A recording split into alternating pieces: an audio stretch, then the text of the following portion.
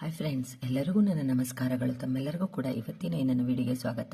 ಯಾರೆಲ್ಲ ನನ್ನ ವಿಡಿಯೋಸ್ ನೋಡಿ ನನಗೆ ಸಪೋರ್ಟ್ ಮಾಡ್ತಿದ್ರೆ ತಮ್ಮೆಲ್ಲರಿಗೂ ಕೂಡ ಧನ್ಯವಾದಗಳು. ಇನ್ನು ಯಾರೆಲ್ಲ ನನ್ನ ಅಕೌಂಟಿನ ಫಾಲೋ ಮಾಡ್ತಿಲ್ಲ, ದಯವಿಟ್ಟು ನನ್ನ ಅಕೌಂಟಿನ ಫಾಲೋ ಮಾಡಿ. ವಿಡಿಯೋಸ್ ಇಷ್ಟ ಆದರೆ ಲೈಕ್ ಮಾಡಿ, ಶೇರ್ ಮಾಡಿ, ಸಪೋರ್ಟ್ ಮಾಡಿ. ಇನ್ನು ಈ ದಿನದ ದೈವ ಸಂದೇಶ. ಈ ದಿನದ ದೈವ ಸಂದೇಶ ಏನು ಗೊತ್ತಾ? ಜೀವನದಲ್ಲಿ ಯಾರು ನಿಮ್ಮನ್ನು ಬಿಟ್ಟು ಹೋಗಿದ್ದಾರೋ ಅಂಥವ್ರ ಬಗ್ಗೆ ಯಾವುದೇ ಕಾರಣಕ್ಕೂ ಯೋಚನೆ ಮಾಡಬೇಡಿ. ಅವ್ರನ್ನ ನೆನೆಸ್ಕೊಂಡು ಕಣ್ಣೀರು ಹಾಕಬೇಡಿ. ಅವ್ರನ್ನ ನೆನೆಸ್ಕೊಂಡು ಹೀಗಾಯ್ತಲ್ಲ ಅಂತ ಮನಸ್ಸಿನಲ್ಲಿ ಕೊರಗಬೇಡಿ. ಯಾಕೆ ಅಂದರೆ ಅವರು ನಿಮ್ಮನ್ನು ಬಿಟ್ಟು ಹೋಗಿರೋದು ಇದು ನಿಮ್ಮ ಡಿಸಿಷನ್ ಅಲ್ಲ, ಆ ದೇವರ ಒಂದು ಆಯ್ಕೆ, ಆ ದೇವರ ಒಂದು ನಿರ್ಧಾರ.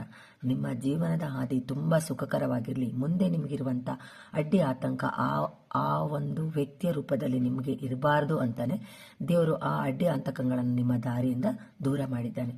ಮುಂದಿನದೆಲ್ಲದೂ ಸುಗಮ ದಾರಿ. ಯೋಚನೆ ಮಾಡಬೇಡಿ, ಧೈರ್ಯವಾಗಿ ಮುನ್ನುಗ್ಗಿ. ನಿಮಗೋಸ್ಕರ ಒಳ್ಳೆಯ ಜೀವನವನ್ನು, ಸುಂದರವಾದ ಜೀವನವನ್ನು ಆ ದೇವರು ಕೊಟ್ಟಿದ್ದಾನೆ.